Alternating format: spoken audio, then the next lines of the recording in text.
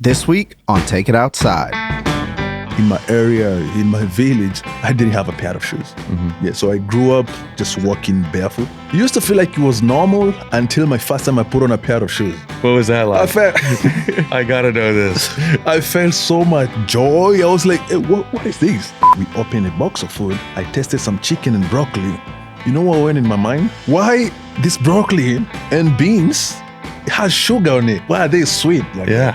You don't put sugar on beans. You don't put sugar on cabbage, and everything is sweet. Why is everything sweet? Welcome to America. Everything has a little bit of sweetness in there.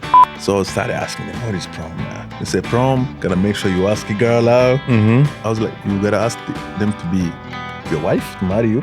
Because in Africa, you know, we marry so young in Africa.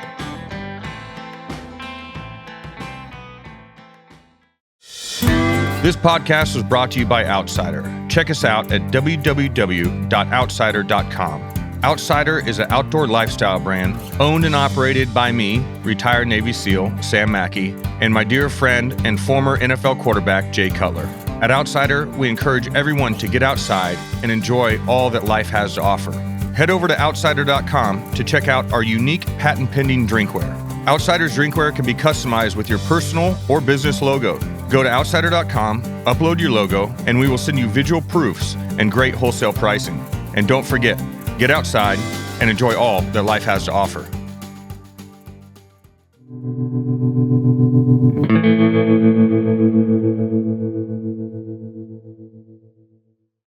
Welcome, everyone, to the next episode of the Take It Outside podcast. I'm your host, Sam Mackey, and my co-host, Jay Cutler, is stuck in Montana chasing bears down right now. But today we have a guest with a story that you have to hear. It is unreal. I met this gentleman in Leaper's Fork a couple months ago, heard a snapshot of his story, and approached him after he was done playing and talked to him a little bit. I said, I have to have you on the podcast. So without further ado, and hopefully I don't butcher your last name. Yeah. The Congo cowboy, John Ntibonera. I practiced that for the last 5 minutes. I still can't say it. You did good. What's that? So you did amazing on that. Oh, thank you. I appreciate it. It's not an easy name at all. You know, it's difficult. Yeah. So where are you from? I'm originally from the Democratic Republic of Congo. Okay. Which is in the Central Africa. That's where I'm from. It is a big country. Yeah. It's the second largest country in the whole in Africa. Landmass wise, yeah.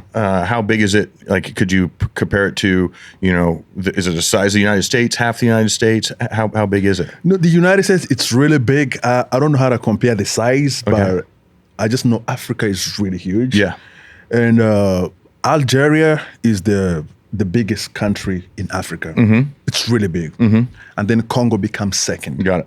So it's really a really big country, really huge. How old are you? I'm 35 right now. Okay. Yeah. And you were born in Congo? I was born in the Congo. Whereabouts? In a place that I was born? Yeah. I was born in a city called Bukavu. Say that one more time? Bukavu. I'm not even gonna try. We just call it East Congo. East Congo? East Congo. Okay. That's very and easy. what was it like? Was it a village? You know, was it a rainforest? What was jungly? What was the atmosphere like? Okay, so the situation in Congo is very different, and how big the country is. So I was raised in a place was more like a city. It's called Bukavu City, but we also have our villages. So we used to live in a city before, but when war starts, we have to flee from the city and then go now to the villages. Okay. Which was really far away from the city, because when the rebels attack, they always target the city first, and then the village second. And how old were you when you had to leave the city and go to a village because of the rebels? The Congo has experienced one of the deadliest wars since 1998. And almost since 98, it's been almost 15 million people have died in the Democratic Republic of Congo.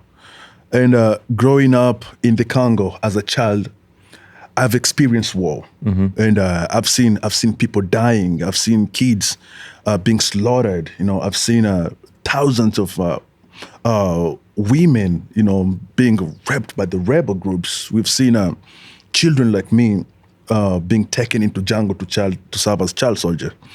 And I remember vividly, I was 9 years old in the Congo when I had the experience to experience the first war. I was just a 9-year-old child living a regular life. And then suddenly we had that the rebels have attacked the city of Bukavu, the eastern Congo, where I'm from. And during that time, I was really young. I was 9, and I got to experience my first war. So they came in at night. They attacked our city. They started killing people. They started slaughtering people. And then that night, we had to evacuate to the village. That was my first experience to see war in Congo. How'd you evacuate? Was it you, and do you have brothers and sisters, your mom and dad? What'd that look like? It was really tough. I remember that day we were just playing outside with my brothers, and then suddenly we had bombs and gunshots, and they were just playing outside. And then we were like, what's happening? We heard that the rebels have attacked the city that we were living in. And my mom was preparing meals during that time. And meal is very special for us, especially a family. We have a good community in Africa. And then suddenly we had gunshots and bombs. The rebel, they're coming into a city. And then they started throwing bombs, machetes, slaughtering people, burning houses. Then we ran into the house. We ran inside the house. And I remember when we were in the house, we were being told, we were looking outside the windows. And then the rebels, we saw them walking, neighbors with machetes and guns. And then they started telling people, you guys need to go inside. And if you don't go inside, we're going to come in and slaughter everybody. Think they have burned houses. All we could hear was screaming of kids in my city. Smoke, the noises, people are hopeless. There's an attack happening during that time.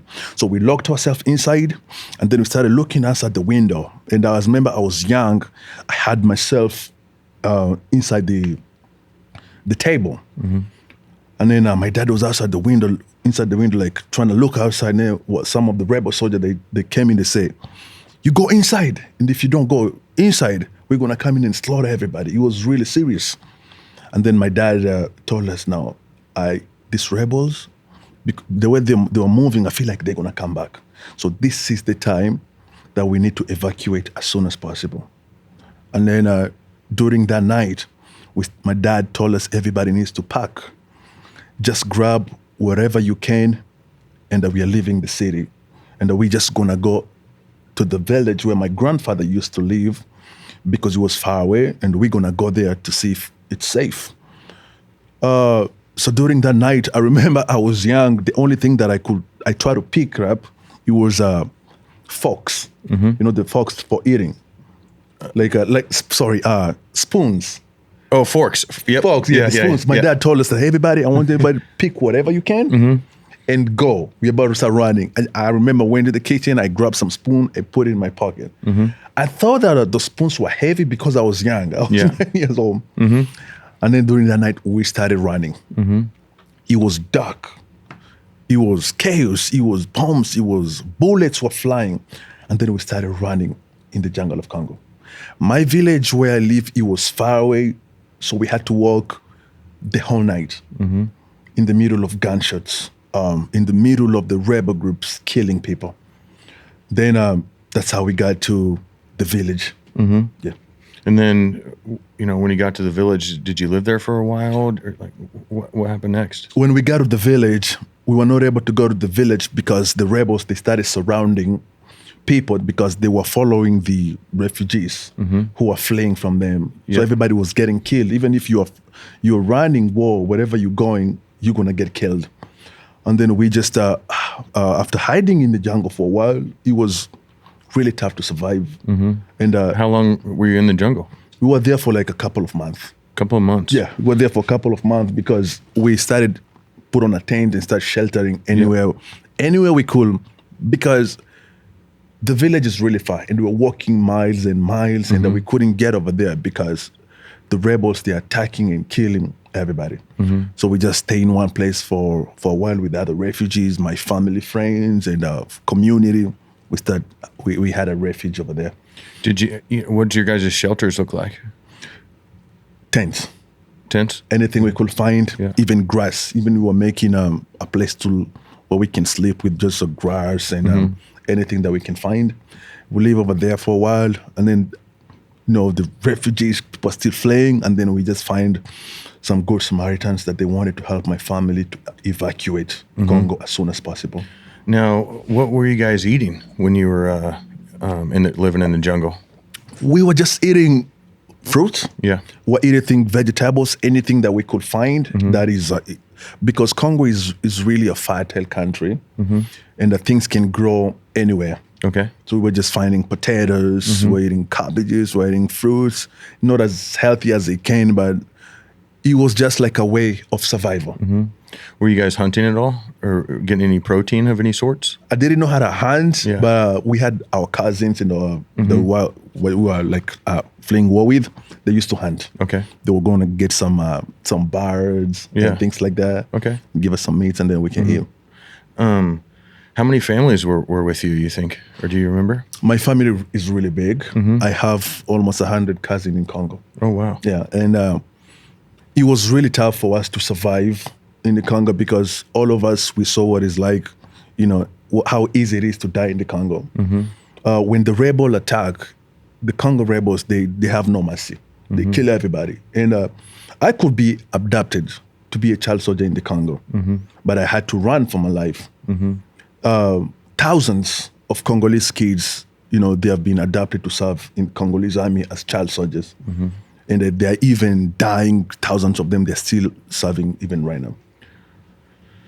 What was the rebels' goal when they attacked your city? When they attacked our city. So that's when it comes to the history of Congo. And I will tell you about it. Congo, it's one of the richest country in the world when it comes to natural resources. Okay. Congo has diamonds. Congo has cobalt. We have coltan. We have gold. We have every resources that the world needs. And as you can see, that Congo has almost 70 to 80%, like 65% of the world coltan cobalt. Cobalt is a mineral that is used in all our electronic devices in the world. Okay. Like cell phones, computers, atomic bombs, military, even they use anything that powers electronic devices. Congo holds one of the almost 70% of the world of them. So it's needed. Apple needs it. Samsung needs it. Everybody needs that resources. And because of our resources, that has fueled war in the Congo since our independence. When was your independence? I don't remember, like 1960. Okay. I don't remember really well the number, but it has been like that.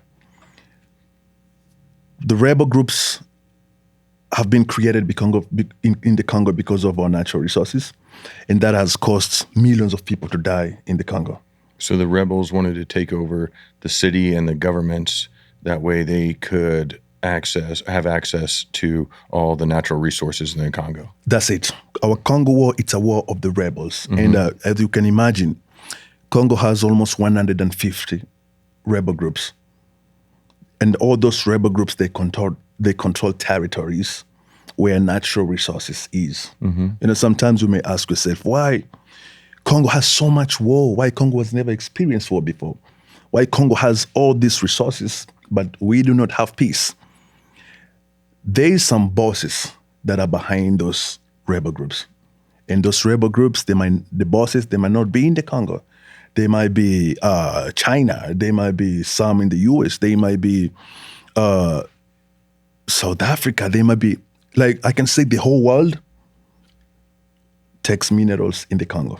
And that has caused so many war. And they use kids like me, young men like me, to create those rebel groups, to fight and slaughter people.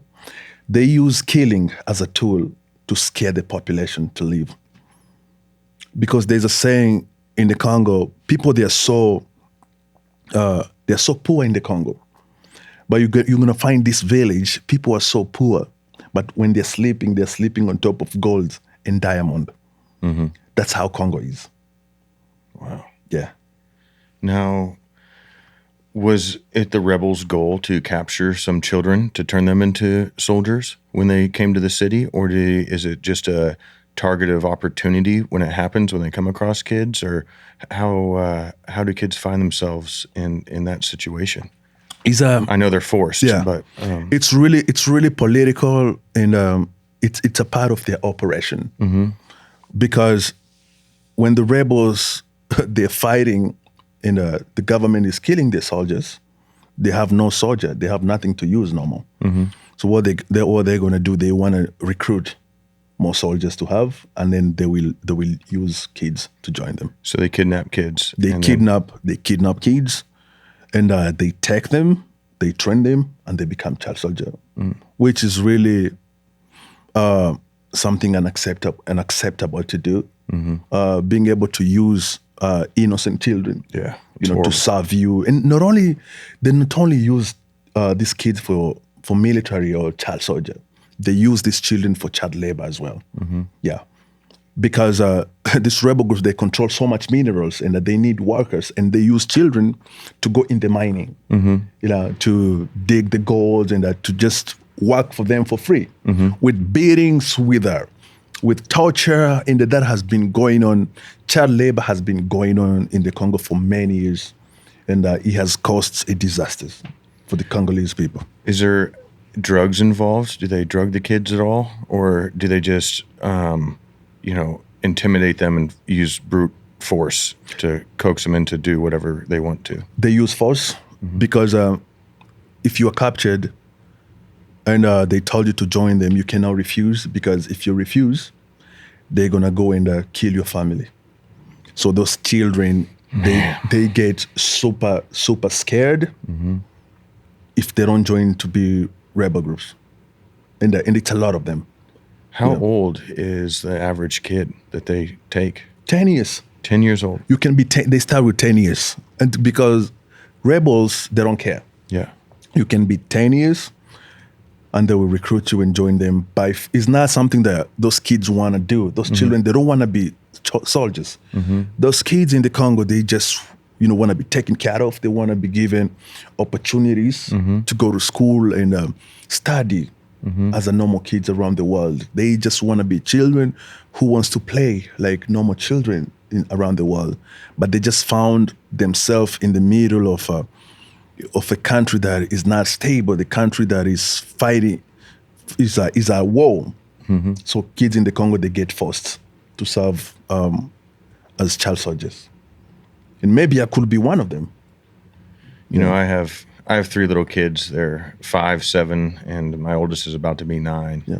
And, it is my biggest fear in life that anything bad ever happens to them. Wow. Right. And I think that's every parent's fear. Right. Yeah. So, and I assume a lot of these kids' parents have been murdered by the rebels as well. Right. Yeah. It's just so heartbreaking. I get infuriated. I wish I can't.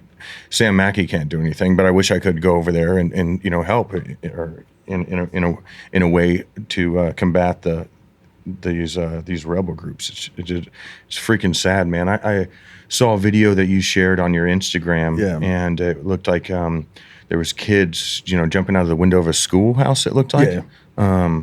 Where was that at, and what was the story behind that? Wow, that's the story of Congo. It's peace has never been found in Congo. Mm-hmm. As I say, it might happen after 2 years, after 5 years, after 10 years. There's always war in Congo, and another war just broke out in Congo, like 3 months ago. Really, it's been almost 3 to 4 months ago when the war happened in Congo, because the war happened in Congo this year of 2025. It has been sponsored by the Rwandan government. Which government? Rwandan government. Oh, really? Yeah, Rwanda, the country of Rwanda plays. There's 2 countries that plays a role in doing a lot of mess in Congo. They are being used, to steal minerals in Congo. It's Rwanda and Uganda. And I know you might be asking yourself, why Rwanda and Uganda? Congo is very rich. Rwanda needs the resources, and Uganda needs the resources. They also play a big deal in creating rebel groups in Congo. Some soldiers come from Rwanda. They cross border in Congo to create rebel groups in Congo and Uganda as well, just for the power of natural resources. And do you believe these groups that come across the border, do you think their prospective country's government sent them, or do you think it's just a group of guys that has an idea to go steal resources? It's their government that sends them, and the reports and the proof and everything is out that Rwanda has been doing a lot of killings in Congo, because Rwanda is backed by the big countries. And there was I never want to talk about I didn't want to bring the issue of Rwanda, because Rwanda is a Congolese neighbors, and it's connected to Congo history, because we are really neighbors in Congo. And there was a genocide that happens in Rwanda, and a lot of it was between Tutsi and Hutus. So when they kill each other in Rwanda, the United Nations asked Congolese government to open our borders and receive the refugees from Rwanda, and we couldn't say no, so we opened, the gates of Congo, and we took in refugees. Just the word exactly where I was taken to come in America. Congo did that before. So those people were killing each other in Rwanda. They moved into the Congo. What year was this genocide that you mentioned? The genocide, I can't remember the dates of this genocide, but it really happened. And then, so these two groups started fighting in Congo. They started fighting in the Congo. And that has been part of our war. They have caused so many people death in the Congo. Millions and millions have died. And Rwanda also controls a lot of part in the Congo, steals natural resources in the Congo. Yeah. Have you, did you ever go back to the city after you and your family fled? Yes, I've been back to the city before. But before you left Congo and moved, did you go back to the city? No, I didn't go back to the city because it was really dangerous for my family. And for us, it was not safety for us. And so the rebels, they just, cleared everyone out of there, murdered everyone, and then occupied their houses or what have you, and lived there? They occupy everything. For example, the war that just happened right now in the Congo, you saw the video that I posted. Yeah. It was the rebel groups that they came from Rwanda, because they want to control. The Rwandan government wants to control some territory in the Congo that is super wealthy in natural resources. So they came once again to my city. The rebel groups, they are called M23. They came to my city again, and then they started killing people. They started shooting people. They started causing, trouble in the Congo. And then a lot of people, they started fleeing the country. Almost this year, almost 150,000 refugees have fled Congo once again. And they took over control of my city, of the whole Eastern Congo. Are they still taking children soldiers? Yes, they're in control right now. Currently, as we're speaking, they're in control of that. It's the Eastern Congo. It's very big, and it's very rich in resources. So when they came in, they took over the city. They started killing a lot of people and the refugees. They fled the city, and they started taking kids right now. So they're doing abducting Congolese kids, and if you refuse, they're gonna kill you. And so what happened? When the rebels are fighting, they were going even in school to recruit kids to join them and be the child soldiers. That's why you see kids, they were flying and jumping through the roof because they were scared. And that's exactly what was happening to us as well. Wow. And the saddest part about that is still even happening right now. Yeah. Because the rebel groups, they have taken over the city. the military of Congo, they have run away. They're not really fighting the rebel groups. And we are like, what is happening in Congo? Yeah, that's why if you are a young man like me, maybe a teenager, you're not safe in Congo right now. Either they're going to kill you or they're going to take you out because they see young people as a threat to them. So when they come in, those rebel groups, they're coming in, their priority is to go after young people because we have young people who are against them. They don't want them. So they want to silence young people. So what they're doing, they're abducting kids right now, currently as we're speaking, in my city that I grew up. They're doing it right now. And I was supposed to go to Congo this year. I was supposed to go to Congo this year because of my charity organization that I sent shoes to the Congo 3 months ago. When we were packing our container of shoes, we didn't know that war is going to break out because we knew that there's some refugees in the Congo right now and they needed some humanitarian assistance. And we packed a lot of shoes and other humanitarian supplies to take to refugee camp. And then when we were planning the trip, we shipped the container. And then we heard that the rebels have attacked our city again, have attacked the Eastern Congo.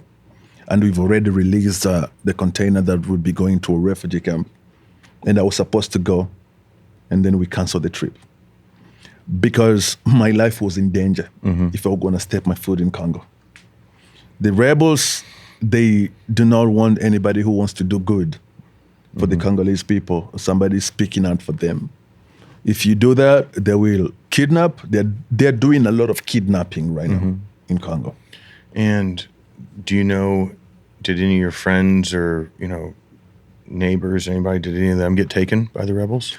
Yeah, we've had some of our friends that have been taken. Really? Yeah. A really close friend, we've had some of them because it was a war. Yeah. It's a war that is happening in Eastern Congo right now, and our government has no control. Have you heard back from any of those friends that got kidnapped and taken? We haven't heard back from anybody yet. Yeah, so they're really, really in pain. Yeah, it's hundred of them. They were sending us video in the Congo. You see how the rebel group, they're slaughtering young people. They're putting them in a room like this, locking. You can just see dead bodies of young Congolese people in my city. The city that I dreamed that as a young child, I fled the city. And I survived. Hoping that one day I'll be going back to the Congo and help these communities and rebuild things. And that's why me and my brother, we started our charity organization called Ntibonera Foundation, so that we can be able to serve the Congolese people through a pair of shoes. Because when I was running war in Congo, in the jungle of Congo, I was running barefoot as well. Really? I was running barefoot as well. When you were a kid, did most people have shoes, or was it common just to go barefoot everywhere? I can talk with my experience. I grew up walking barefoot. Yeah. Because my parents couldn't afford to buy me a pair of shoes. Yeah. So I'm not saying other kids didn't have. Maybe if their parents were good. Like for me, in my area, in my village, I didn't have a pair of shoes. Yeah. So I grew up most just walking barefoot. And I used to feel like it was normal until my first time I put on a pair of shoes. You know what I mean? What was that like? I gotta know this. I felt so much joy. I was like, hey, what is this? Do you remember what type of shoes they were? It was I think it was like I don't know how to call it. It was not a fancy shoes, but it was a closed toe shoes. Yeah. Like similar to a sneaker, but it was like a sneaker, something like that. I felt so good. Really? I was like, what is this? I didn't even know how to walk. Because I was just walking in the street, telling all my friends, hey, I have shoes.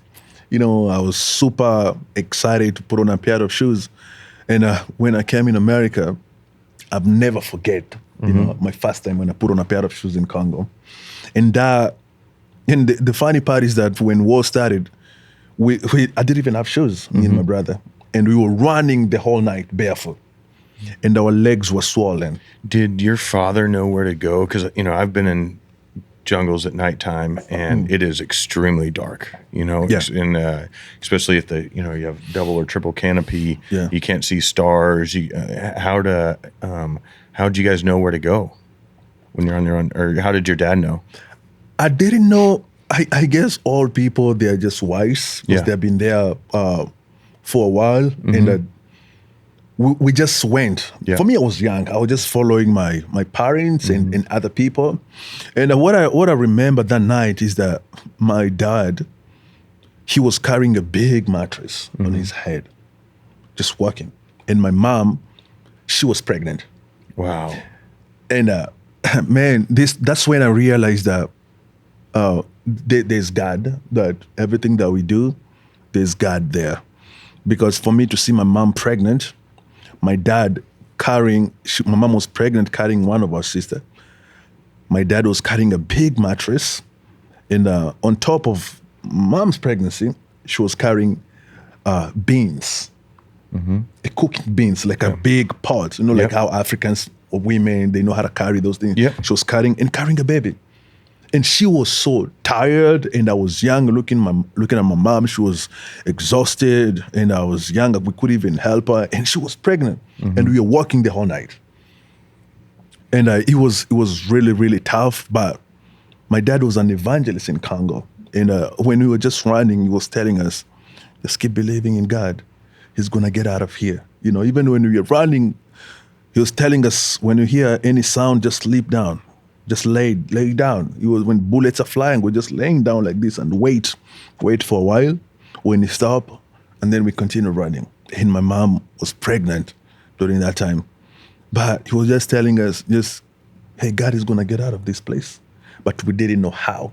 Yeah. We didn't know how we're gonna get out of this place. Wow. Yeah. So you were 9. How old was your brother? My brother right now? My brother was 10. 10, so he's your older brother. That's my older brother. And then you have... I have another brother. Yeah. Who How old was he at the time? He was like 7. Yeah. I have another one. He was like 3. Wow. Yeah. So you're running through the middle of the Congo jungle. Yeah. And with a whole family. The whole family with other refugees in the middle of night, and we were barefoot. Yeah. We didn't have good food to eat, and we were just trying to survive in there, and it was really tough. Yeah. Yeah. So after we finished the Congo journey, we had to escape now the country completely, and then we were taken to a refugee life in Kenya. Which is like a neighboring country in Congo where all the refugees are. How long after the rebels took your city and you guys went into the jungle, how long were you in the jungle before you were able to leave the country and go to the refugee camp? We stayed there like few months. Yeah, because we couldn't stay longer. And when the rebels are fighting, they shut down all the borders. Nobody could get out. Yeah. Did your mom give birth to your youngest sibling? She did. In the jungle? She just gave birth over there. Yeah. Yeah. Wow. She gave birth over there. Other women were helping my mom, and then they were trying to cover her up. Yeah. Yeah. It was really tough. I've never seen something like that before. Did your father or anyone else that was on the run with you guys, did they have any weapons to protect you guys, or no weapons? No weapons. We didn't have. We just had sticks. Yeah. Yeah. Man, what were the conversations besides, your dad asking God to, for his guidance to get you guys out of there? Did you guys have family conversations at all? Or did any of the elders come and talk to you, to talk to all the kids about, like, hey, this is what we're going through? Yeah. Or so everything was happening was my dad and my mom, because my dad was an evangelist in Congo. They used to be prayer warrior. I remember growing up, I used to see my dad waking up during the night with my mom going to the mountains, like to pray. They used to tell us that they used to talk to God, communicate with God. I used to see them waking up at night. My dad was putting a big jacket in my mom. They just go outside to the mountains to pray. And so when we were running the wall, my dad used to tell us, just believe, trust God. Yeah. And we used to sit down, put on our little stove and our candles, and he holds the Bible. He just starts reading Bible for us, when the war is going on. When the war is going, just reading Bible, telling us Bible stories, my mom, because we came to realize that, only God is going to get out. We just need a miracle from God to get out of this situation. And it's only when we believe in Jesus, he's the only person who's going to get us out of this situation. And sounds like he answered your guys' prayers. He answered our prayer. Yeah. Yeah, he helped my family. And then in the year 2000, we left Congo, and then we went to a refugee in Kenya. How'd you get there?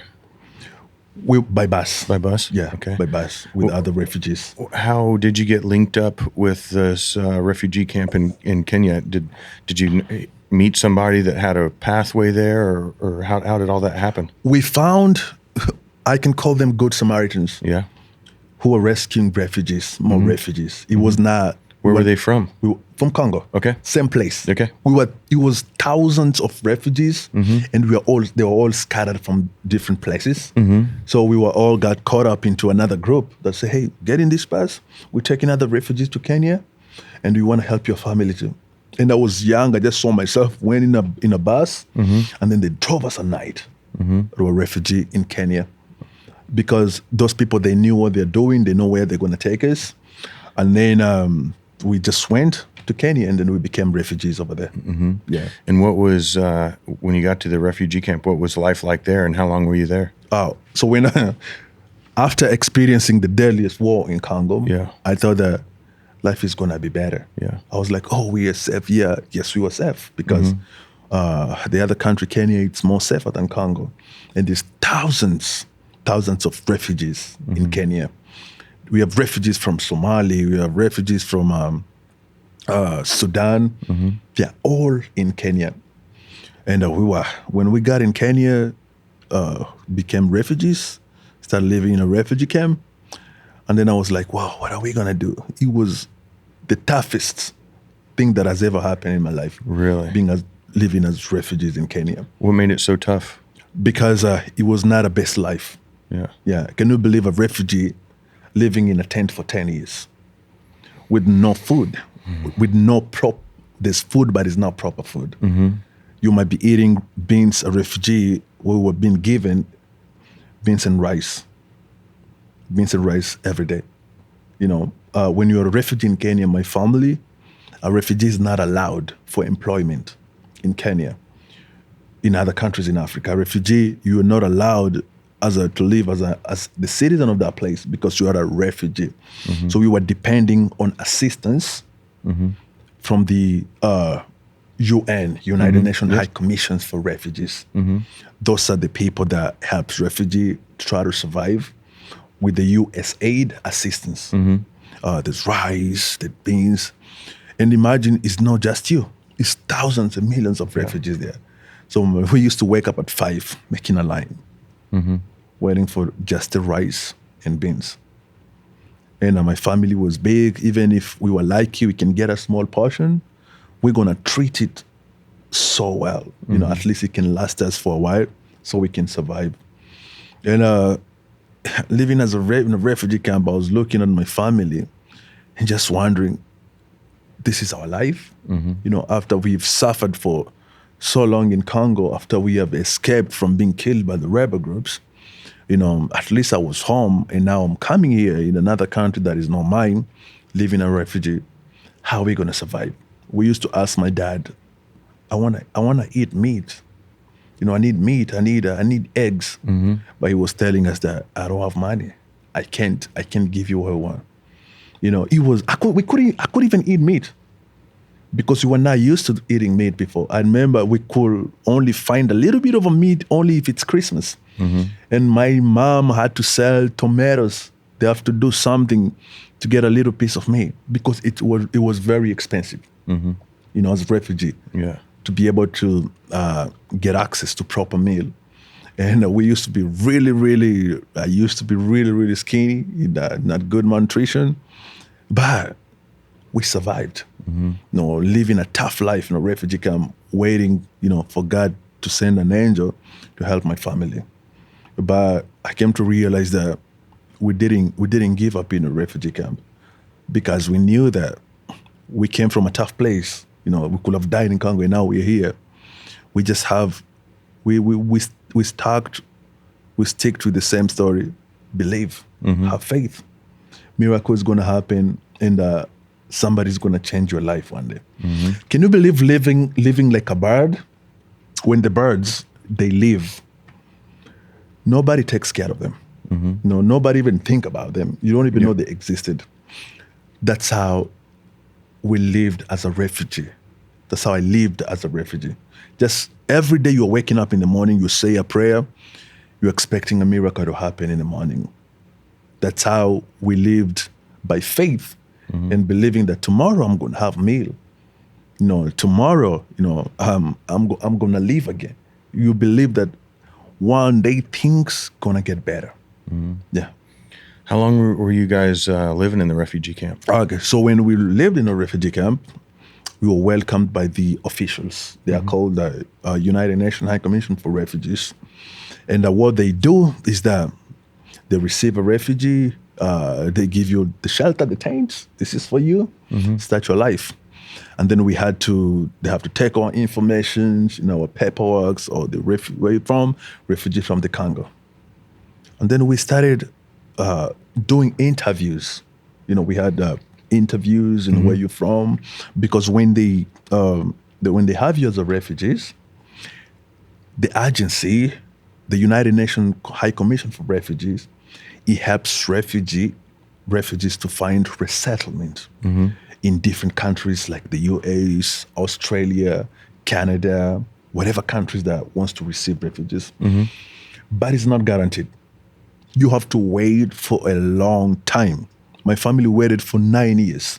9 years. 9 years in a refugee camp. Wow. Waiting to be served. You wait for an interview for 2 years. And that 9 years, it's even better for us. It's even other refugees. You stay for 20 years. You even die in a refugee camp without being served. My family, we stayed there for 9 years, persevering. We learned how to persevere. I bet. We could have given up easily. We'd be like, no, I feel like this is it. So we used to go to the office.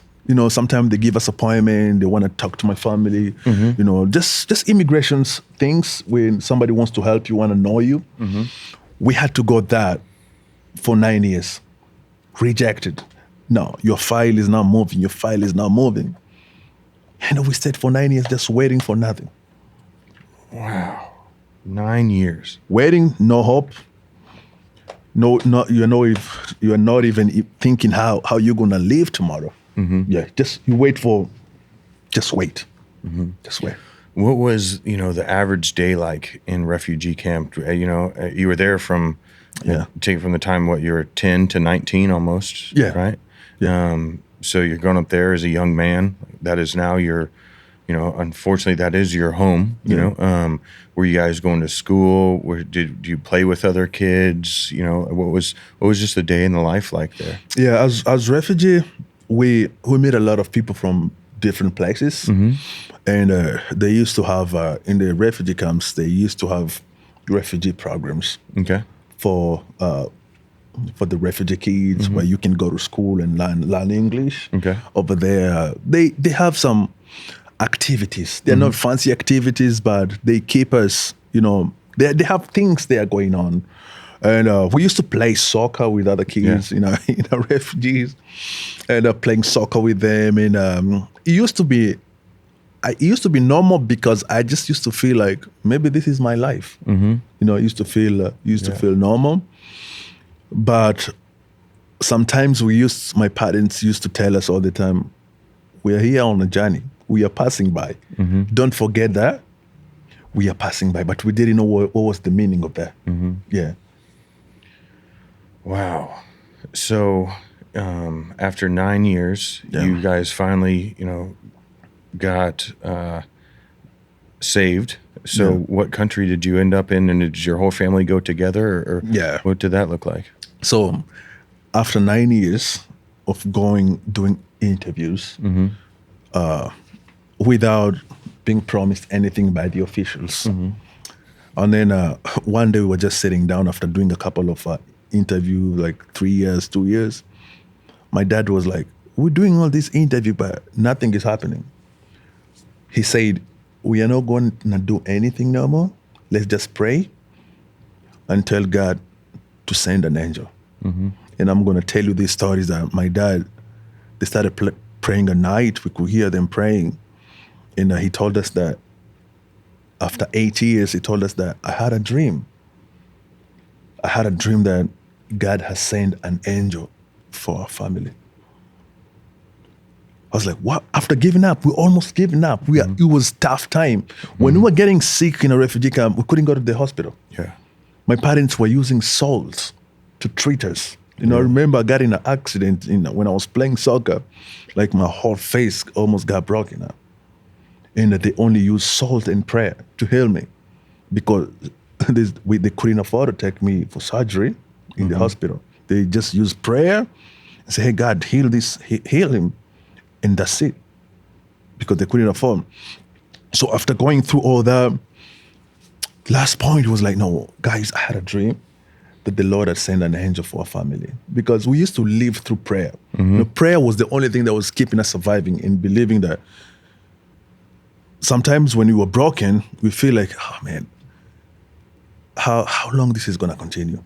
But when my dad started reading the Bible, we started praying, we feel so much power, we feel so much encouraged to keep going. And he was like, hey, you guys remember, we have somebody who is watching over us and he's going to help us one day.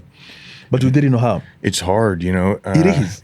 Especially with, like, when you say you're broken. I've never experienced anything like you have in your life, but I've had some hard times. And you can either quit and give up, right? Or you can seek salvation and help, and ask for help. You're right, and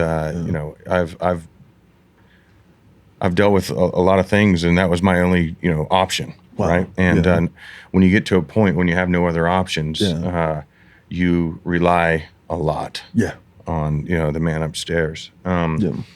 Did you guys ever I'm not gonna say lose hope, but like you mentioned, like, man, this could be my life forever. Yeah. Did you guys see? Did you have TVs, newspapers, or anything that could give you context of what was going on in the outside world? Outside the camp. I'm gonna tell you a little bit about that. So, when we were living as refugees in Kenya, we used to watch this black and white TV called Refugee We Go Somewhere. Nothing. It's like nothing fancy. It's a black. This black and white TV. We watch that. And the funny part is that we used to watch American movies, shows like Hollywood, like Arnold Schwarzenegger. Yeah. Oh man, we used to like those people. We used to call them commandos. When we see. Commandos. Yeah. It's funny you mentioned that. I was watching TV the other day, and the movie Commando with Arnold Schwarzenegger came on, and it's from the 80s. And I don't know if you watched that particular movie, but that happened to me last week, and I haven't seen that movie since I was a kid. Yeah. Yeah, we used to watch them a lot, the Jean-Claude Van Damme, just the American lifestyle. Yeah. We used to think a lot, wow, look at their life. That's an amazing life. That's America. We're like, whoa, what a country. Look at the movies, look at people. We used to see American kids going to school. For me, I was really shocked. I was like, whoa, look at their life. And the funny part is that we watched Thanksgiving on TV, in the black and white TV, in refugees. And then we see those turkey, the big chickens, the turkey, right? Yeah. Big chickens. I will never going to forget this story. When in America, we was like, why are they eating so much food? What's going on in there? Like the program, it's Thanksgiving, a lot of food, a lot of turkeys. And remember, we haven't eaten any meat for a long time. And I started seeing those big chicken. I was calling them, look at that big chicken. And I was young. And I was like, wow, that's amazing. Is that a big chicken? And I'm hungry. I feel like I need it. My dad told us, one day if we're going to go to those countries, I'm going to make sure if we get there, I will buy everybody here one big chicken. Since you haven't eaten meat for a long time, I'm going to buy you one big chicken, and I want everybody to finish one by themselves. And we were so excited, because I never eat meat all the time, like regular, because it was very expensive. It's something that you have to be well to afford. And we saw that on TV. We were like, oh man, that is so amazing. That's a beautiful life. We were like, those the Americans. That's how people live in America. We were like, this is awesome. So after going through the interview, here's what changed. My dad told us that the Lord has sent an angel for us, and he's going to help us. What kind of angel? I thought my dad was crazy. He started telling us the story that he had dreamed that an angel came to him, and my dad started chasing an angel, telling the angel, please bless my family. Bless us, bless us, bless us. We are suffering. And then the angel was like, no. And my dad kept chasing the angel. Take me with you, bless me. The angel was like, okay, I will bless you. He took out the spoon from his jacket, and then he spit on the spoon. And he told my dad, drink this from my spoon. And my dad drank it. And then the angel said, now I have blessed you. You can go. My dad was telling her this story. They used to pray so much. Very vivid. Yeah. This is really crazy. I was like, okay. Then my dad, after drinking from the spoon, my dad told my angel, no, I want to follow you. The angel told my dad, no, don't follow me. I'll bless you. This is it. Now you can go. And then my dad woke up from the dream. And he started telling us that story. If my dad could have followed the angel, he could have died. He could have gone from the sleep and not come back again.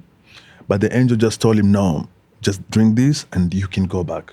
But my dad was insisting, it's tough for me here. I can't even feed my family. Can you just take me with you? Can you bless me and take me with you? The angel said, no, I think you still have time with your family. You have to see the good thing that is ahead of you with your family. And I want you to drink from this spoon and go back. And he woke up from the dream. He was so scared. He started telling her the story. They have sent an angel. God has sent an angel for us. After a week, my family, we had a phone call from the United States Embassy. Man, Sam, that's when I started believing in miracle, man. Wow. We cried. We started believing that, no, miracle happens. We felt like, I felt so much power. I felt so much joy. My dad, he used to have those big Motorola phone with the antenna. After he telling us the dream, after a week, we had a phone call from the U.S. Embassy. Hello, this is the United Nations working with the U.S. Embassy. We want your family next week to come for an interview. We're like, what? We were playing outside. My dad to bring us, all of us in the house, start telling us, hey, you know what? The dream I tell you, the angel has come. What angel? The embassy is calling our family for an interview. Man, we were so happy. I've never been happy in my life compared to that phone call that my family received. That the American embassy has called my family. That's the best news I've ever heard. I was like, this is a miracle. Miracle is happening. So after a week, my family, they came, they picked us up, get us in a bus, and they took us to to an U.S. Embassy office for interviews. And we were like, okay, now we want to interview your family, and we want to help your family to find a new home in the United States. We're like, what? Where? USA? The one I see on TV? Wow, we were so happy. When we had the USA, me and my brother, we started hugging each other. We were so happy. There's a feeling of joy. I felt the feeling of hope. I felt that I'm more stronger than ever. I felt like my faith with God is getting more strong and strong. I felt like this is our blessing now. I see my dad, he was so happy. He was like, my mom, you could see the smiles in our faces changing because of the blessing, because we couldn't believe it. Like a family like us, after struggling for 9 years as refugees here, after escaping from being killed by the rebels, and now the United States wants to give us a new life. And that was the first interviews with the officials, and they told us that now you can go home. Your final interview, you're going to be interviewed by the USCIS. What? The USCIS, the soldiers, the American soldiers. Okay. They told us we're going to be interviewed by the U.S. military. That's what happened to refugees when you're refugees. You got to go through these interviews, and the last interviews is military officials that are going to interview us. We were so scared. We went back to our house. We started practicing what we were going to say. We were all so scared. So the last interview, went back over there. We saw these big guys with huge beards, with the hat. That was my first time to see, somebody from America.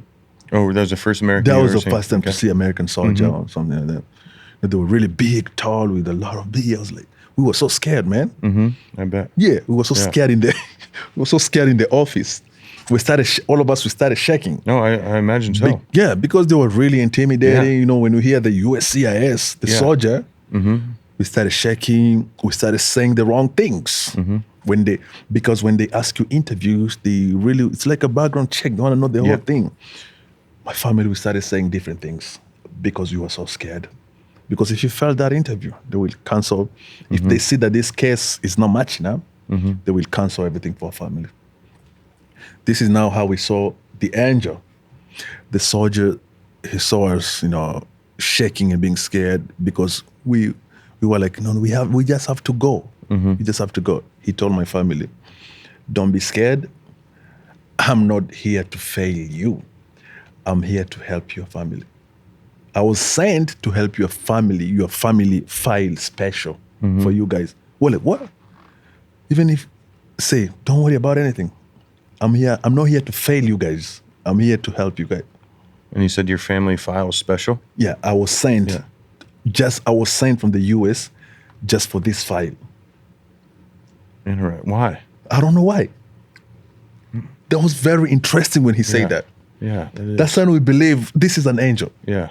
Yeah. What's up, guys? Sam Mackey here. I want to tell you about today's sponsor, Spartan Forge. Spartan Forge has no doubt made me a more effective and efficient hunter. Spartan Forge was founded by former U.S. Special Operations Intelligence Officer Bill Thompson, who took his 21 years of military experience fighting the global war on terror and applied his learnings to his true love, whitetail hunting. My favorite feature on the Spartan Forge app is the LiDAR for finding draws and funnels. It also has an AI deer movement prediction tool, so you know when and where to go. It has historical wind plots for selecting stand locations, and Cyber Scout for just about anything else I need to know. Spartan Forge, a veteran-owned and operated American mapping and scouting company. Use promo code OUTSIDER20 to save 20% on a premium membership to Spartan Forge. That's OUTSIDER20, OUTSIDER20. How long after that last interview did you find out immediately that you were coming to the United States? Yeah. Or? So after that interviews, we found out he said, "I'm not here to fail you. Everything is good.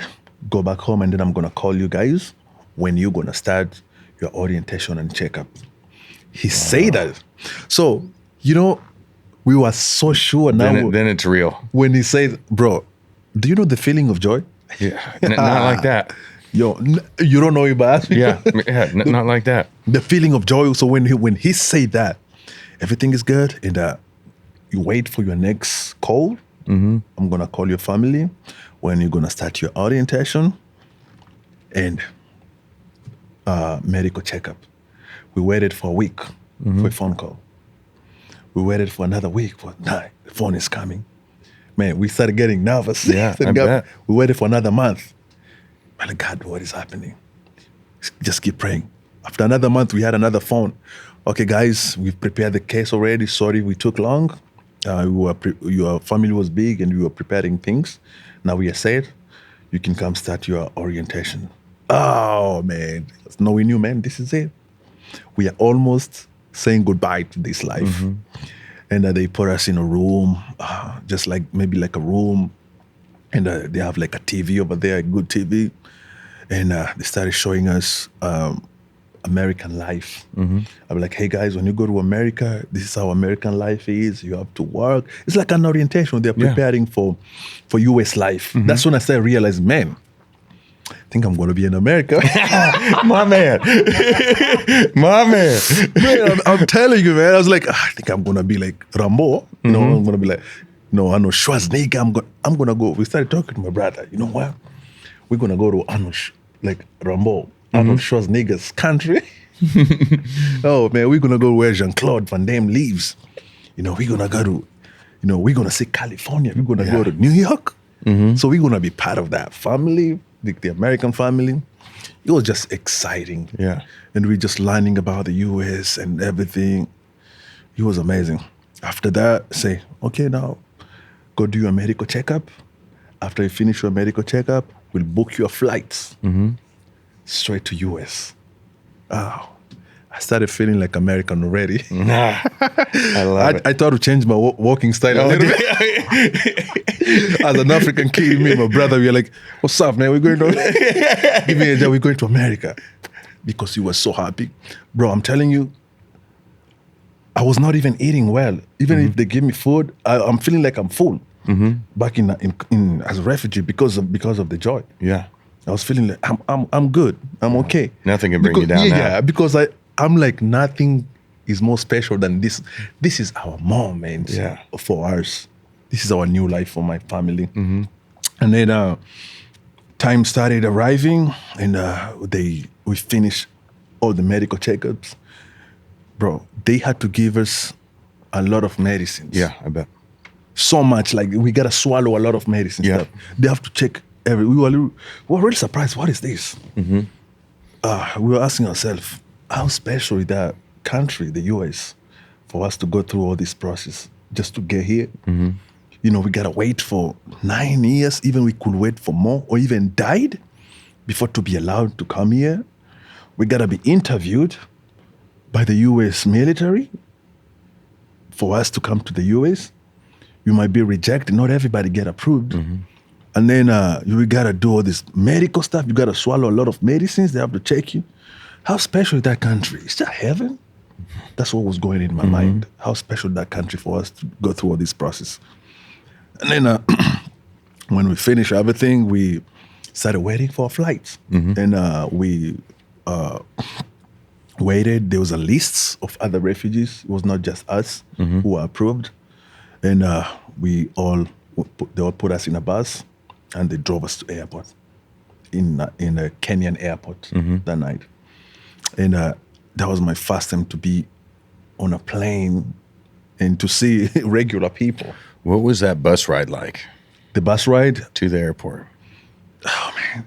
The best thing ever. I was just sitting with joy. My mom, I remember I saw my mom, she used to have a book with all hymns. And they were sitting behind the seats with my dad, and they were singing praise song, like in African style. They're just singing through the hymns, with joy, with happiness. And I was sitting at the window looking. I was like, so this is it. I'm saying goodbye. Thinking about the rebels, killing people in the Congo, thinking how I could have died, and now I'm about to start my new life. And then I remember I saw getting us through the airport. I was still new to that. I'd never been to the airport before. It was my first time. Was this Nairobi? Nairobi. Yep. Yeah, Nairobi. And then we walk in. We did all the I didn't even know what was happening. I just walking, just going up. And then we sit down. They told us, wait for your flight now.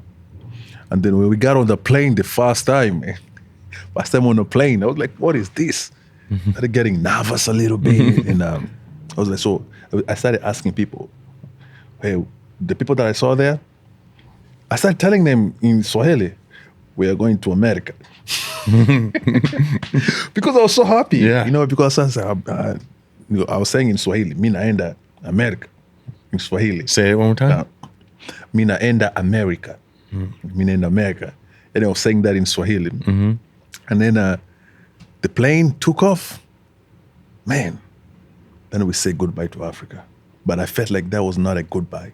I felt like that was something that was preparing my family to look behind and help the kids in the Congo. Yeah. Yeah. It was like a new start for me.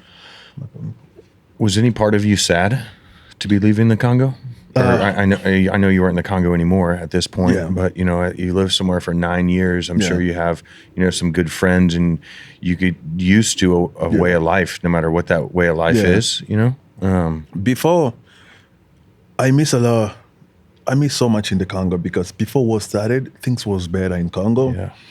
And there was no gunshots, there were no much killings in the Congo. Then life was good. I used to play as a normal child, playing barefoot, walking, playing in the rain, playing different games, friends. The community of our people in the Congo, it was amazing. The food, the culture in Congo, it was just unbelievable. What's the best food? I love best food? Yeah, I love eating all the local cuisines every time I travel. In Congo, we really love grilled goat meat. Oh, grilled goat meat. Grilled goat meat with spices and pepper. That sounds good. And onions and fufu. We call it in Swahili ugali. Ugali? Yeah. And what is that? It's called fufu. Fufu. Fufu. Okay. It's very popular in Africa, and a lot of African countries, they eat fufu. Is it like a potato? It's like a potato. Okay. But it's made, in Africa, we made it in different style. Okay. We made it with a cornmeal, cassava root. We make the fufu with. So fufu, it's like the king of the table. Okay. Even though you have rice, even though you have chickens, you have fish, fufu has to be there. You can eat the fufu with meat, with everything. Got it. Yeah. It's like an African person, like an African man. If your wife doesn't prepare you fufu, that means you haven't ate everything. You have to have fufu to feel like, you've ate something. So miss that about the Congo so much. It sounds delicious. Yeah. Yeah. So you take off out of Nairobi. Where's the plane heading? The plane was heading to New York, to Brussels. Okay. Brussels. We stopped in Brussels. And then after Brussels, we took another plane to New York City. Okay. But the funny thing is that I didn't know that we were going to go to New York. New York was just like our transit from New York to North Carolina. Okay. Yeah. So when we landed in New York. So did you, when you left Nairobi, did they tell you you're going to North Carolina? Or what information did you have? So the information was in they gave us a lot of paperwork. Yeah. So after we finished the orientation, they told us now your new home will be North Carolina, Greensboro, North Carolina. Yeah. But I didn't know what was that. No, because we knew big cities like Hollywood, California, Los Angeles. Yep. Honestly, that's the only cities we knew about the US because they were so popular in movies. So we knew about those ones. Chicago, North Carolina, Greensboro, North Carolina. In French, we call it Caroline du Nord. My dad was telling us, hey, family, we are going to Caroline du Nord in French. I was like, oh, North Carolina. So it was getting into my head. And then when we landed in New York, we were like, man, this is so crazy. We started get on the plane, and then we saw people came in, with a really, really big van. They put us in a van, and they started driving us to the New York airport, New York City. Started looking outside. I was like, this is New York, just like from the movie. Wow. That was the first time I saw the US. We were so happy, man. Me and my brother, we started jumping and grabbing. What was most surprising about that? When you looked at, was it the height of the buildings? Yeah. Was it the smells? Everything. Really? From the infrastructures to the taxis to the people, how people were walking so fast with headphones, just so many. I see so many different people that I've never seen in my life. Yeah, people they don't look like me. I was like, so I'm gonna be part of this family. Why? So the pace. The roads. Did you notice the pace of life here right away? I noticed right away when I stepped in this country. I noticed the pace. Why is everybody so fast? I just dude. Yeah. Things are so fast, like the movement that I've never seen before. The taxis, there's the noises, it's like business. I'm like, man, this is fast. Did you have the thought that, man, these folks need to slow down? I didn't have that feeling when I first landed in the US. After I started adapting to the culture in the US, I started feeling home, and my brain and because when I land in America, I feel like there's a shadow here. I still don't know anything. You know, honestly, this is the feeling. So we have that joy of coming to a new country, right? But we feel like there's a blanket, you know, hiding us things that we don't know. Like the food is different, people are different. The smell was different as well. The weather was so different compared to Congo. Even though we came during summer, the weather was so different. Sometimes I was feeling, why is it so hot? But this hot, it's so different. I was asking my brothers. I'm very close to my brother. Man, this weather is different. This feeling just feels so much different. And the food, everything was just so different. We're like, where are we? Where are we? I was asking myself to see how the US looks like. How am I going to be able to adapt here? Like, is it like possible? Will I even be able to drive this kind of roads like this? The infrastructures? No.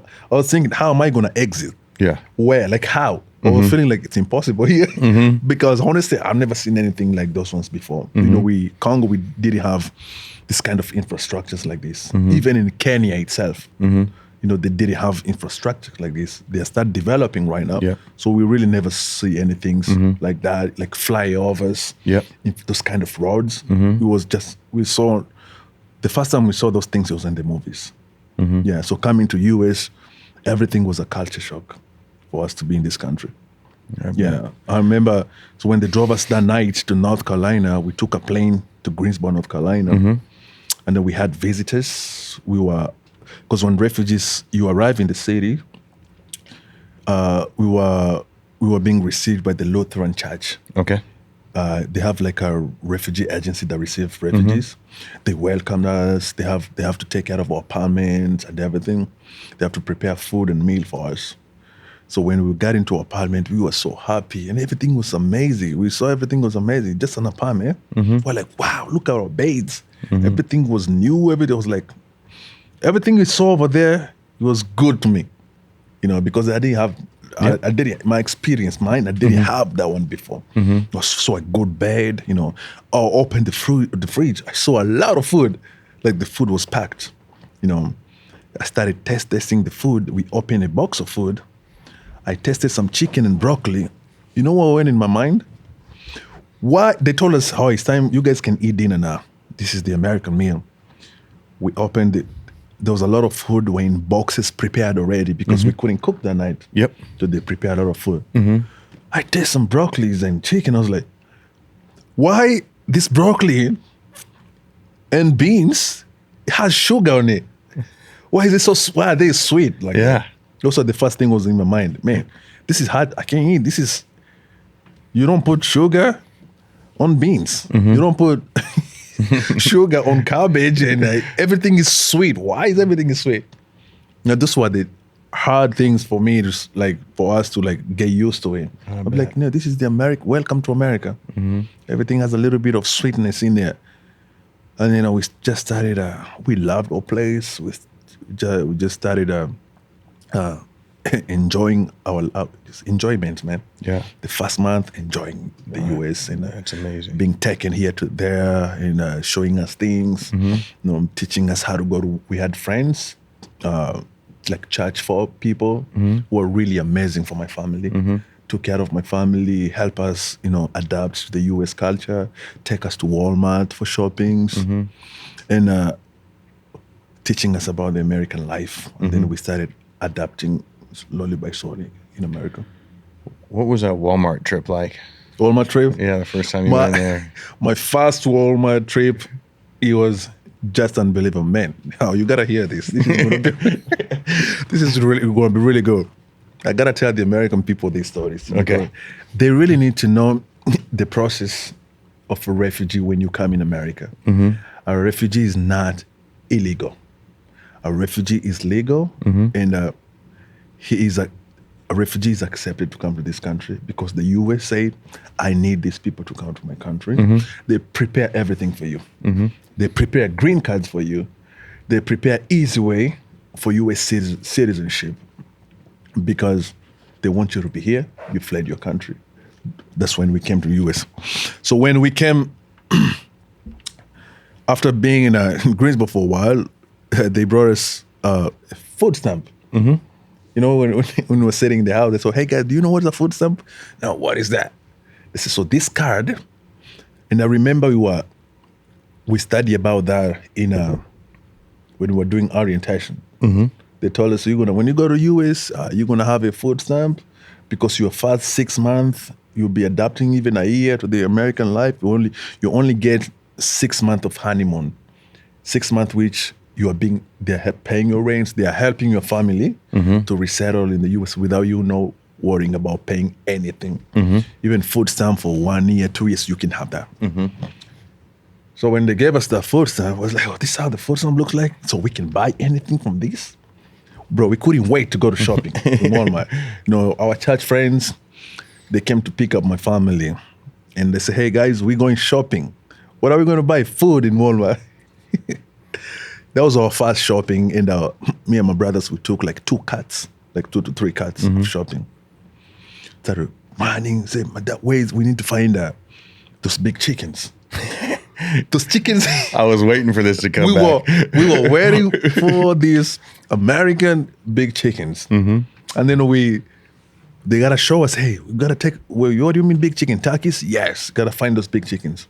And then I came to realize that not only turkeys, they're big chickens. Even the normal chickens in America, they're big. Compared to African chickens, they're really small and skinny. And then, so this is the American chickens here. Never seen anything like that before. Why is this chicken so big like this? They look like same size as a goat. I was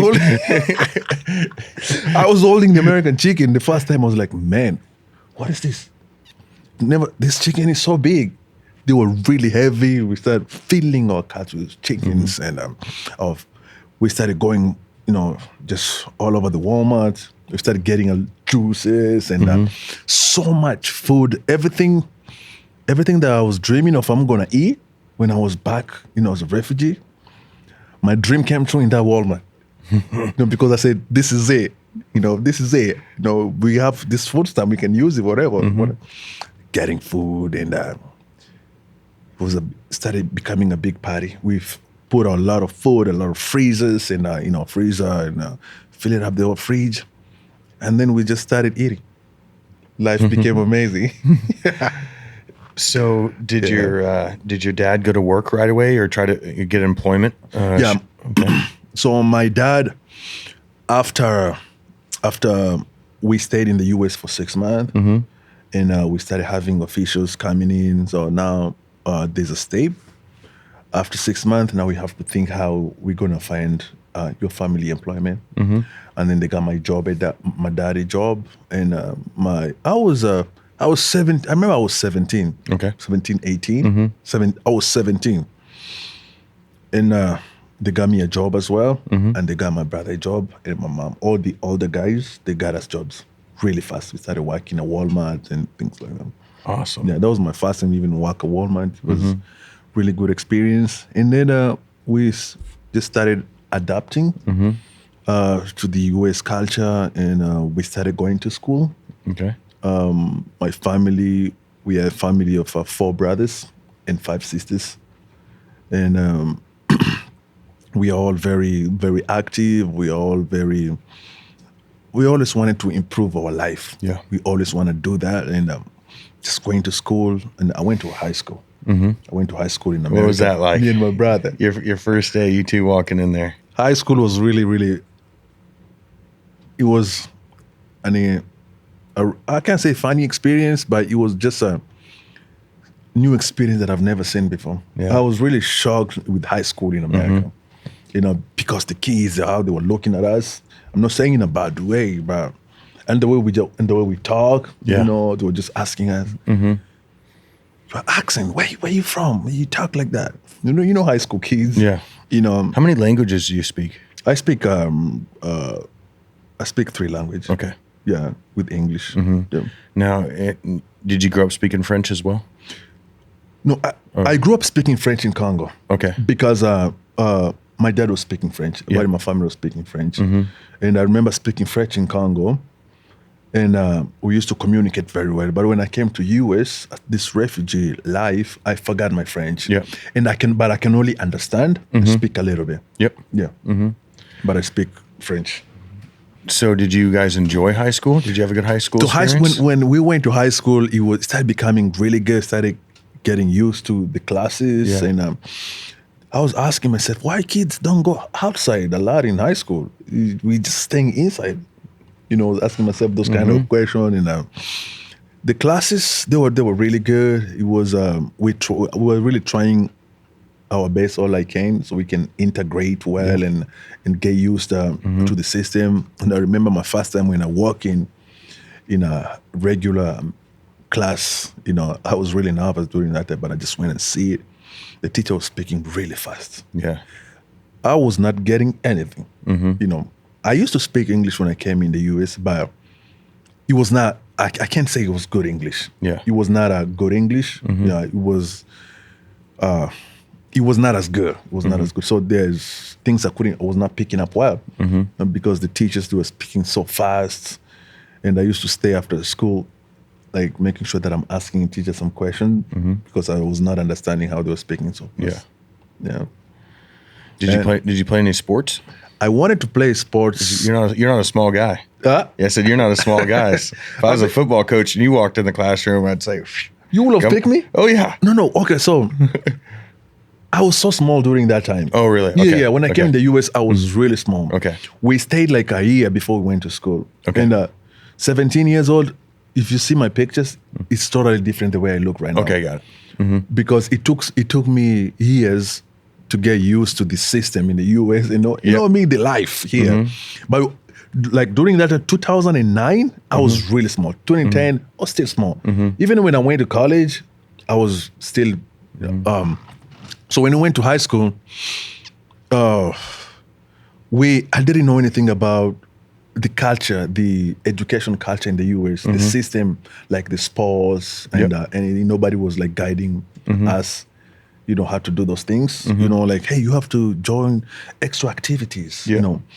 I don't know what we were thinking. I feel like we had so much in our mind that we're still figuring out about this country, how to adapt in this country, how to speak well, how to make friends, how to do this. Then I was not thinking about sports. Really, I was just thinking of my books. You had a lot going on. Yeah, how am I going to pass this exam? I'm not understanding well. I got to get tutors. How am I going to understand this? So I came to realize that there's extra activities like sports. But I wish I knew. Maybe somebody could have told me, hey, John, can you try the sports and then maybe you can do it? But I didn't do that. But the best part is when we had they have prom in America. Here we go. And prom... They have prom and dance. I remember, how do they call it? The dance? Homecoming dance. Yeah, homecoming. We were sitting in the class, and then that was the first time we had that. Oh, okay, guys, we're gonna have a. It's usually homecoming dance and then prom. Yeah, homecoming first. We're gonna have homecoming. I believe. Yeah. Prom at the end of the year. Yeah. We're gonna have homecoming. I was asking people, what is homecoming? So you mean the whole school? We gotta go somewhere and dance? They're like, yeah, that's all. We had some really good friends. We had some friends in high school. They were helping us, and then you gotta prepare. Make sure you buy a shirt and prepare for the dance. You just go in there and dance. We went there. It was so fun, with our friends and my brother. We started just dancing. It was really fun. Good. It was really fun. And then prom season came. Now we're getting used to high school. Yeah. This is the first step. At least we knocked down the homecoming. Let's wait for the prom. So I started asking them, what is prom now? They said, prom, gotta make sure you ask a girl out. And you ask her if she can be, I was like, you gotta ask them to be your wife, to marry you. Because in Africa, we marry so young in Africa. How old? Maybe sometimes 17 or 18. Okay. People do that in Africa. So I thought she needs to be your girlfriend to ask her out, or what is? I didn't even know what was girlfriend because within Africa, in Congo in Africa, people don't date over there. People get married straight. Really? Yeah.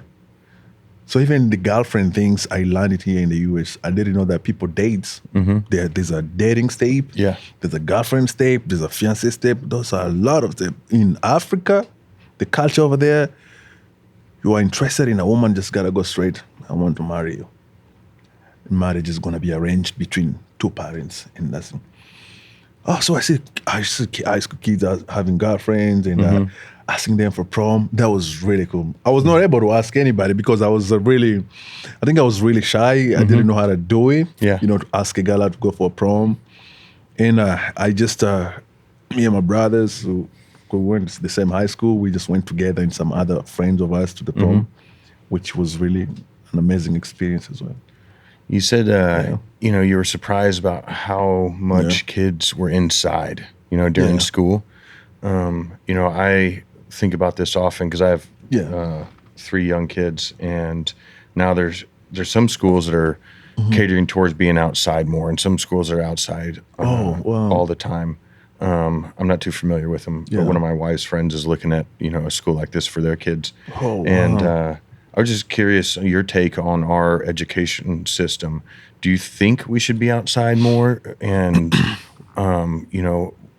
before you came over here, obviously you were outside quite a bit, and there's a lot more you can learn, and it's a different space. But what are your thoughts on that?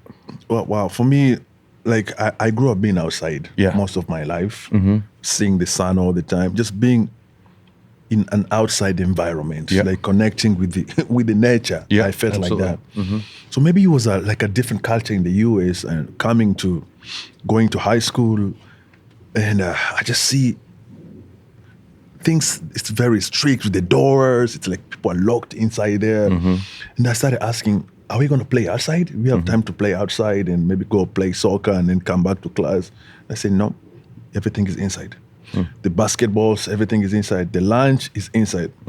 Honestly, I was feeling really bored. Yeah. I was like, we gotta go outside. And then the AC, the air conditioner was too cold in there. They have AC in the Congo, in Africa. They didn't have that. Yeah.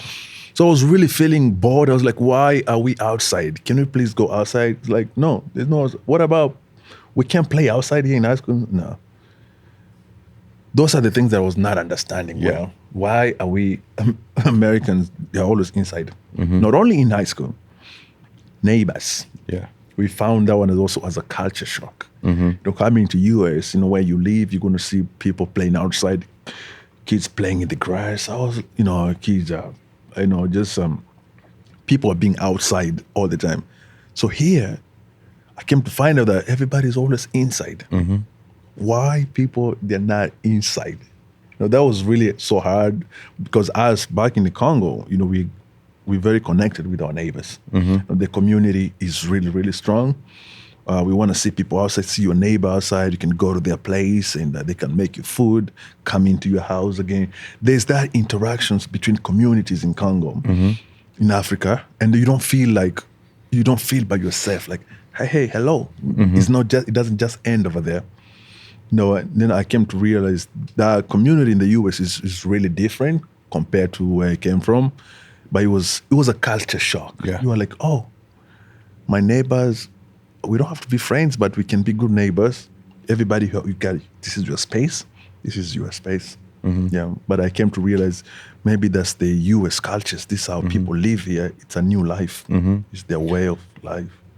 So after high school, you said you went to college? Where'd you go to college? Yeah. So after I finished high school, I went to college to Liberty University. Okay. Yeah. I applied at Liberty University, and it's in Lynchburg, Virginia.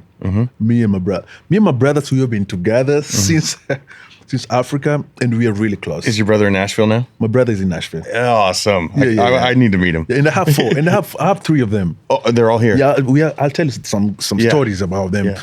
We met in he's the one that went to Liberty first, and then when I finished high school, I was like, I need to get money first. I need to work. Yeah. And then I'm going to think about college later. Then I started working, getting some money. And then he told me, John, Liberty University has a good school of music program. I feel like you might like this. Because I love music. When I came over here, one of our church friends gave me a guitar. I told him I love music. He gave me a guitar and I started playing. And he told me, you can come to music school at Liberty. And then I followed my brother at Liberty to 2013 because I graduated high school it was 2012. Yeah, 2012, Okay. high school. I was still older though. I feel like I even started high school when I was older. Even college, I was already older person. And then I went to Liberty over there. Went in a music school for like 3 semesters, and then I dropped off music school, and then I came to realize that I also have a passion in government. So I joined the School of Government, and I graduated with a degree in government politics and policy in 2018. Okay. Yeah. All of my brothers and one of my sisters, 5 of us, we graduated at Liberty University. That's amazing. Yeah. It is, that's one of the things that we always thank God Yeah. for the life opportunity to bring us in this country, because I feel like this country America has really transformed our life and changed my life completely. Yeah. Because there are things that I couldn't be if I was in my country, suffering like that because of these political issues, not respect for human rights and things like that. But we've experienced blessings for the opportunity this country has given me. So after college, do you stay in Lynchburg, or did you go back to Greensville, North Carolina, or did you come straight to Nashville? What did you do after college? So after college, I stayed in Lynchburg, Virginia for a while, and then I moved to Greensboro to go work. Okay. Yeah, I just got a regular job in Greensboro, and I started working. But I had applied for an internship already with my School of Government in Lynchburg, because I wanted to do an intern in D.C. for a U.S. Senator. So I went back to North Carolina, work a little bit, and then my internship application was accepted to go to D.C. and do an intern for a U.S. Senator with my government major. So I went over there in D.C. and worked for a while for that internship. And then when my internship ended, I was not able to get a job offer over there.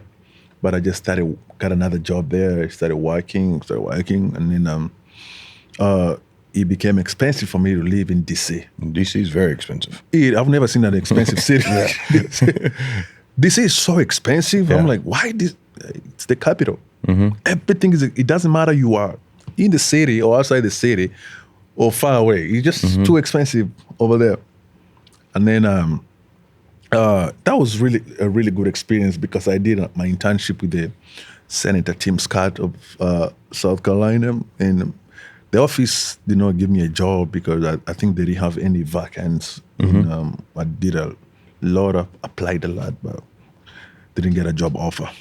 So I started just working there, and then I decided, like,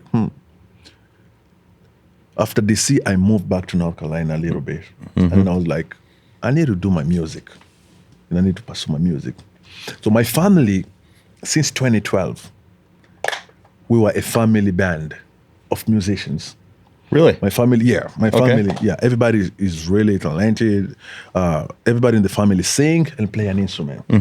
So in North Carolina, this is how things got started.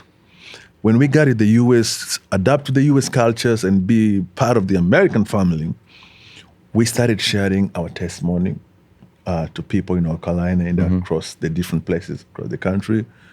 And we started playing music together, me and my brothers and sisters. People started inviting us, my family, to different churches to share our testimony, to schools. And every place we go, we wanted to give gifts for the Congolese children. If we play a concert, we ask people, bring a pair of shoes to our concert. I like that. That's what we started doing in my family. And we started collecting shoes all across the country while playing music. Not every country, but in places that they can invite us to share our testimony. And then that's how we ended up starting our nonprofit organization. We started gathering thousands of shoes. And I remember the first time we took shoes to the Congo, it was 2015. And we had our suit, like our bags, where we put our clothes. Me and my brother, we wanted to visit Congo for the first time. We wanted to go back and see how things look like. And we were like, we need to take some shoes for the kids in the village, for family members or some of our friends. We went to Walmart, me and my brothers. We bought a lot of shoes. And the concert that we did, we made some more shoes. And then we bought a lot of bags, suitcase. We put a lot of shoes in there. And then we took flights to the Congo. That was my first time to go back to Congo after I fled when I was young. It was in 2015. When I went over there, things were so different. Things had changed. I didn't even know where I was. Because I left Congo. When I was 9. And then went to a refugee camp and then went back 2015 when I was in the US. Things were so different. People didn't have that much joy. There were people, pain, kids were suffering. A lot of kids had jiggers. The places that we were visiting, kids were jiggers. Kids were dying because of jiggers. Then we started giving shoes. Dying because of what? Jiggers. Jiggers? Yeah. What's that? So jiggers it's a parasite. Yeah, okay. That affects your feet. Okay. Due to the lack of proper footwear. Okay. Yeah. Got it. So we took the shoes just for Christmas gift. And then when we went there, I remember we used to have a passion for shoes because we didn't have shoes before. I didn't get to wear shoes before. And then when we take the shoe, we wanted to change Congo. We wanted to empower Congo through a pair of shoes, through our story. So when we went and visit, give some shoes, and then we saw that there's a need of shoes. People start telling us, guys, you need to bring us more shoes. We are struggling. We are dying. Kids are dying because of jiggers. Me and my brother, when we came back from the US, we told them that, next time when we come, we're going to bring you guys a container full of 20,000 pair of shoes. But we didn't know how we were going to do it. 2016, we turned my house in North Carolina into a storage. We started playing concerts, going to school to speak. And every time we play a little show, we tell people, bring shoes for us. People started visiting high school, churches, doing shoe drive all across the country, but we didn't have a storage. I was still in college during that time with my brother at Liberty. And then we got 10,000 pairs. We started filling our house my parents' house in North Carolina with thousands of shoes.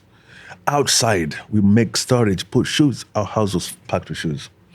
And then at Liberty University, some of the Liberty leaders, they realized that my family goes to Liberty, and we are doing great things for Congo, that we are raising shoes, and we need more support. So they heard about our initiative, and they told us, no, this is amazing. You guys need more shoes. We need to help your family, help Congo with shoes. And 2016 to 17, Liberty came in, and they involved the whole student body, 15,000 student body at Liberty, to join our shoes campaign for the Congo. And we raised 20,000 pair of shoes. The school was able to invite Stephen Curry, the NBA player, to come and join the campaign. Oh, really? Yeah. Awesome. To come to Liberty. They told them about my family, that we have this family. They're doing a lot of, they're helping their country. If you can come and help them with shoes and fund their course, they want to take the shoes to the refugee camp. So he came into the university and he gave shoes. We raised 20,000 pair of shoes in 2017, and we sent them to the Congo. That's amazing. And Steph Curry was able to help us. And then we continued like that. The next year, came to US, we shipped another 30,000 pair. Now from bags to containers. Until now, we ship through the containers, but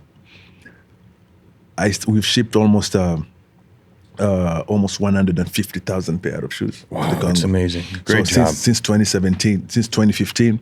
So what we do with my family is that we've been going back and forth to the Congo, to the refugee camp where we came from, to bring hope for these people through a pair of shoes. So we visit the refugee camps in Congo. We visit the villages that we escaped, that were destroyed by the rebels, that they're being rebuilt. We give shoes. And my dad preaches. We do crusade. We do leadership training for the youth. And then we give shoes, and we do medical camps where we treat these people who are being affected by the jiggers. We do that because we ship also medical supplies and everything. So we've been doing that for 10 years now. And we want to continue to do more. We want to continue to do more. We want to get more shoes to ship to the Congo, because Congo needs humanitarian support, even during this time of hardship. Because last month, we were able to ship another 20,000 pair of shoes, but our container was stopped by the rebels at the border. Really? Yeah. It was stopped that it couldn't enter because they shut down all the borders. Yeah. And right now, we are still following up with that process because we can't go. We can't go right now because the Congo is in a mess. So now you're just trying to figure out a way around the rebels to get how we're going to get that container to the Congo. Yeah. It's there, but they block all the borders. Yeah. They block the borders. And we've really felt blessed to be able to do that. Yeah. Using every time I speak and they use this voice, I know there's a child in the Congo who's going to put on a pair of shoes. Yeah. And their life will be changed. That's absolutely amazing, man. Yeah. And next time you are doing a shoe fundraiser or anything like that, reach out to us, please. Yeah. And because I would like to help in any possible way I can, man. Well, we will really love that, and I would love to reach out to you guys. Now, when did you come to Nashville? How long have you been here? I've been to Nashville for 4 years now, 4 to 5 years now. Okay. Yeah. I moved down here during COVID time. Okay. Yeah, you know when COVID started? Yeah. Yeah. Okay. When COVID started, I had I was like, man, I'm stuck over here. I don't know what to do. I was in North Carolina during that time. And everything just stopped. I was like, maybe this is my time for me to move to Nashville. During that time, we had stopped with my family band playing music together because everyone was busy. Yeah. We were not getting anything to play. More people were busy with life, moving. Everybody was busy. I was like, no, I got to move. And then I moved to Nashville. I was like, I'm going to move over here in a cowboy city to pursue my music career as a songwriter. Yeah.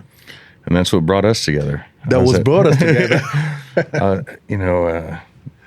Where we met at a bar called Fox and Locks, they have singer-songwriter night. Yeah. And in all of Nashville, that is my favorite venue to go to listen to live music. Wow, that's your favorite venue? Yeah, hands down. Wow. I would go every Thursday if I could, but I'm busy, wife, kids, and everything. It was such a pleasure to listen to you and hear, a snippet of your story. As soon as you told, your little snippet of your story before you sang one of your songs, and I looked at my wife, I said, as soon as he gets off stage, I need to go talk to him. Wow. Yeah. And that's why I chased you down. But, I know. You guys, I saw you guys over there. I was really like, wow. Yeah. You're right there in front of me. Yeah. Oh, yeah. So that typically we sit in the back, but when you make reservations online, I looked at it wrong. So I thought we got the table that we typically get back by the DJ booth, but I got us the one right by the stage, and it worked out perfect. You walked out? Yeah. Do you mind playing a song? I would love to. I have a guitar, so let me grab that real quick.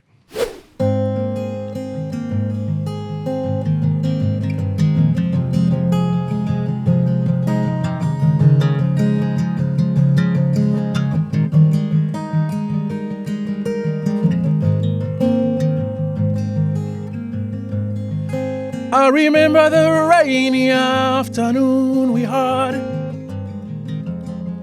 playing barefoot and running all over the place, calling out your name, Rafiki, in a game of hide and seek. Didn't have a clue you'd end up hiding, never to return. And the bullets came in flying. Just children trying to survive.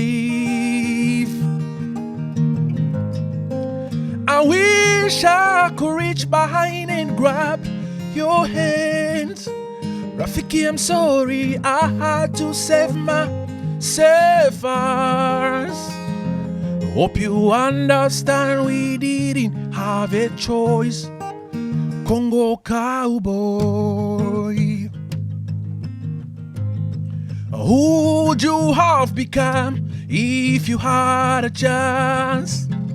Only one of us could escape the halo fire for freedom. Now I walk in this new world, carrying your memory.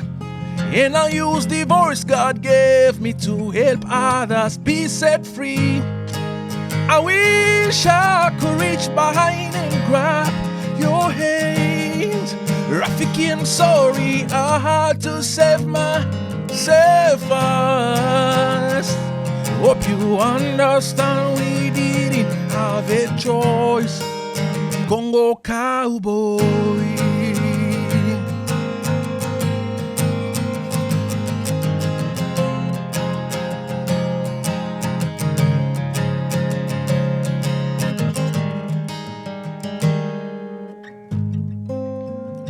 Amani kwetu, peace for all of us.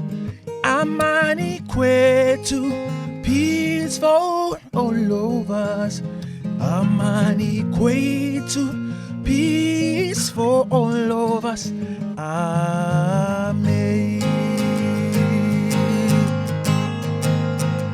Amani kwetu, peace for all of us. Amani kwetu, peace for all of us. Amani kwetu, peace for all of us. Amen.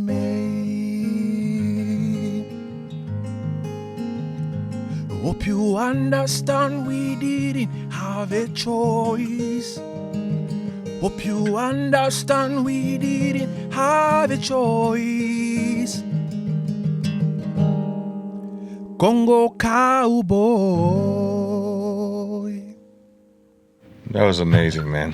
Thank you for sharing that with us. Thank you, Sam. Absolutely. Yeah. Well, I really appreciate you coming on and singing a song and telling your story about perseverance. I mean, it just makes you think for a second and just slow down. Like, man, I do have a lot to be thankful for, man. Yeah. And there's a lot of people out there that are in a bad spot right now. And tell us about your organization. Where can folks go to help support these folks? Yeah, my organization now is based here in Nashville, and you can always find our website. We have a website, we have Instagrams, we have Facebook, and I'm here as well. We do have a lot of fundraising for our charity organization because we have a school that we support. We have an orphanage that we support in Congo, as well as our community center.